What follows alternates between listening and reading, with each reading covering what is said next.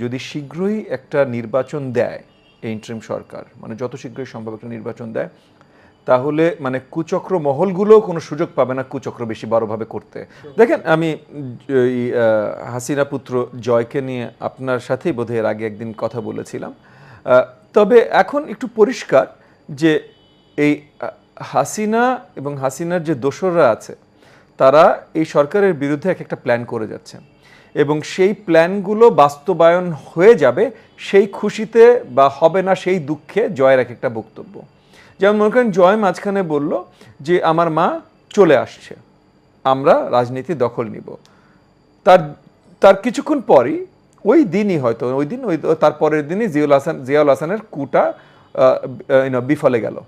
হ্যাঁ, তো তখন আমরা আন্দাজ করতে পারি যে ওই কু সম্বন্ধে কু অ্যাটেম্পটা সম্বন্ধে সে জানতো, এবং সেই মানে সেটা ধরেই সে একটা সর্ট অফ এরকম কনফিডেন্ট একটা কথা বলেছে। এরপর সে বলল আমার মা রিজাইনই করেনি এবং লিগালি আমার মা আছে। তারপরই আমরা দেখলাম যে কোর্টের কু, চিফ জাস্টিস কু করতে চেষ্টা করলো, একটা লিগাল কু করতে চেষ্টা করলো, জুডিশিয়ারি কু করতে চেষ্টা করলো। সো মানে সে আসলে বলে দিচ্ছে আমাদের, শুনে শুনে ওই জায়গাটায় আমার লোকজন বাংলাদেশে এখন এই সরকারকে সরাতে চেষ্টা করছে, এবং আমরা তাকে, সে অটিস্টিক হোক যাই হোক, তাকে আমরা ধন্যবাদ জানানো উচিত। কারণ তার বলে দেওয়া, সে এক একটা বক্তব্য দিচ্ছে, বক্তব্যে আমরা বুঝে যাচ্ছি কোন জায়গায় তারা ঝামেলা করতে চেষ্টা করছে, তারপর ওই জায়গায় আমরা উৎখাত করতে সক্ষম হচ্ছি ইনশাআল্লাহ। সো তার জন্য আমি হাসিনা পুত্র জয়কে ধন্যবাদ জানাই।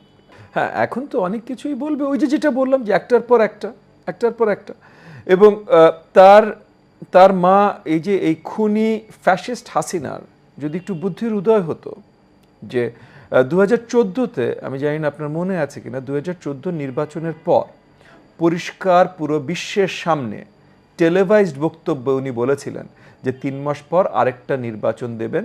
96-তে যেমন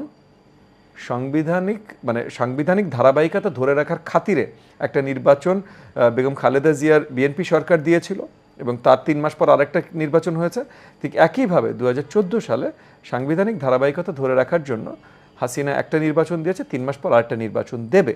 কিন্তু 3 মাস পর নির্বাচন আর আমরা পাইনি, হাসিনা দখল করে নিয়েছিল ক্ষমতা, এবং ওই 14 নির্বাচনটাই ছিল তার ক্ষমতা দখলের মূল আপনার গেম প্ল্যান।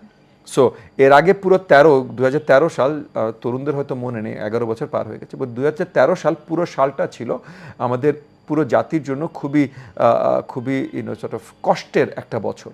এর মধ্যে মাল্টিপল শাহবাগ আন্দোলন হলো, আপনার হেফাজতে ইসলামের আন্দোলন হলো, হেফাজতে ইসলামের উপরে বিশাল বর্বর গণহত্যা চালানো হলো, যেগুলো নিয়ে এখন আমরা মুখ খুলে কথা বলতে পারি। কারণ এই গণহত্যার জন্য যারা দায়ী, এই যে হাসিনা, বেনজির, এরা সব আজকে এই দেশের মাটি থেকে আমরা তাদেরকে উপড়ে ফেলতে সক্ষম হয়েছি। সো গণহত্যা কিন্তু এই হাসিনা সরকার শুধু গত 2 মাস ঘটায়নি, গণহত্যা হাসিনা সরকার 10 বছরের ঊর্ধ্বে ঘটিয়ে আসছে। সো তাদেরকে আমরা উৎখাত করতে পেরেছি। কিন্তু এই যে যেটা বললাম যে এই কনস্পিরেসিগুলো, এই ইন্টারিম সরকার এবং এই যে আমরা যে আন্দোলনে জয়ী হয়ে তাদেরকে সরিয়েছি, এগুলো আমাদের সব ফলগুলো ধ্বংস করে দেওয়ার জন্য তারা কনস্ট্যান্টলি চেষ্টা করে যাচ্ছে। সো আমাদের অ্যাবসলিউট ভিজিল্যান্ট থাকতে হবে। মানে আমি আশা রাখি তারা পারবেন। এই পর্যন্ত যতগুলো অ্যাটেম্প্ট হয়েছে, যেটা আমরা দেখলাম যে একটাও ইন্টারিম সরকার কাটিয়ে ওঠেনি, তাদেরকে সহযোগিতা করেছে আমাদের সেনাবাহিনী এবং এই যে আমাদের ছাত্র জনতা, তারা। সো এই জায়গাটায় একটা বড় প্রশ্ন রয়ে যায় যে তাহলে আমাদের ইন্টারিম সরকারের ক্যাপাবিলিটিটা বাড়ানোটা অত্যন্ত গুরুত্বপূর্ণ। সরকার পরিচালনার কাজে দক্ষতাটা দেখানো অত্যন্ত গুরুত্বপূর্ণ। মানে বিশাল একটা রেভলিউশন আমরা পার করেছি, হাসিনা সরকারের পতন হয়েছে, এখন জনগণকে দেখানো অত্যন্ত গুরুত্বপূর্ণ যে আসলে একটা ভালো সরকার দেখতে কেমন হয়। যদি ইন্টারিম সরকার তাদের ফেইলিয়ারগুলো ওভারকাম করতে না পারে, অ্যাটলিস্ট তারা নির্বাচনটা যেন যত শীঘ্রই সম্ভব দিয়ে দেয়। এখন মানে যেটা সত্যি কথা আমি আপনাকে বলি, যে এই মুহূর্তে যেই পপুলারিটি জনগণের মধ্যে আছে ইন্টারিম সরকারের জন্য, এবং এই যে নতুন পাওয়া গণতন্ত্রের জন্য, যদি শীঘ্রই একটা নির্বাচন দেয় এই ইন্টারিম সরকার, মানে যত শীঘ্রই সম্ভব একটা নির্বাচন দেয়, তাহলে মানে কুচক্র মহলগুলোও কোনো সুযোগ পাবে না কুচক্র বেশি বড়ভাবে করতে, মানে জনগণই পিটিয়ে তাদের সোজা করে দেবে। কিন্তু ইন্টারিম সরকারের যারা আছেন, ওনারা যদি মানে এরকম ইনএফিশিয়েন্সি দেখাতে থাকেন এবং নির্বাচনও পেছান, তাহলে মানে আমাদের দেশের ভবিষ্যৎ নিয়ে আমি সন্দিহান। সো আমি বিশ্বাস রাখি যে ইন্টারিম সরকার সুন্দরভাবে এফেক্টিভলি এইসব কনস্পিরেসিগুলো ট্যাকল করতে পারবেন।